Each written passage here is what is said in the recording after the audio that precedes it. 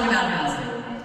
I co-sponsored the legislation that actually created the Barnes Trust Fund, and I'm working right now to find new revenue sources to fund it.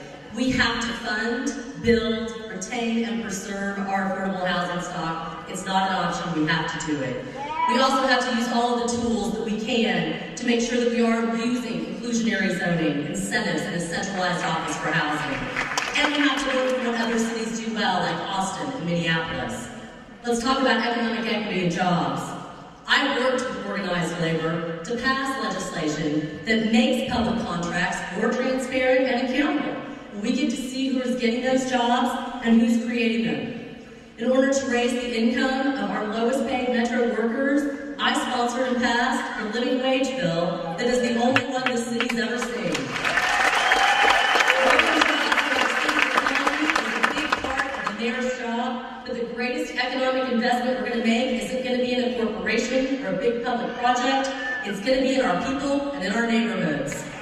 Let's talk about criminal justice reform, and let's be honest, that is the most challenging part of this agenda. Solving these problems involves agencies and elected officials that don't answer to the mayor.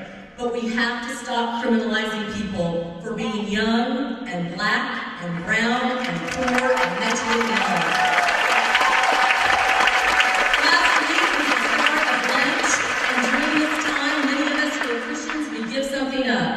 Pope Francis said we shouldn't just give up chocolate or alcohol, we should give up our indifference. Our indifference to the poor, the vulnerable, the homeless, the struggling. I'm no preacher, but the way I see it, Nashville's bright future requires that we overcome our indifference to all of these issues. And as your next mayor, I'm committing to doing just that.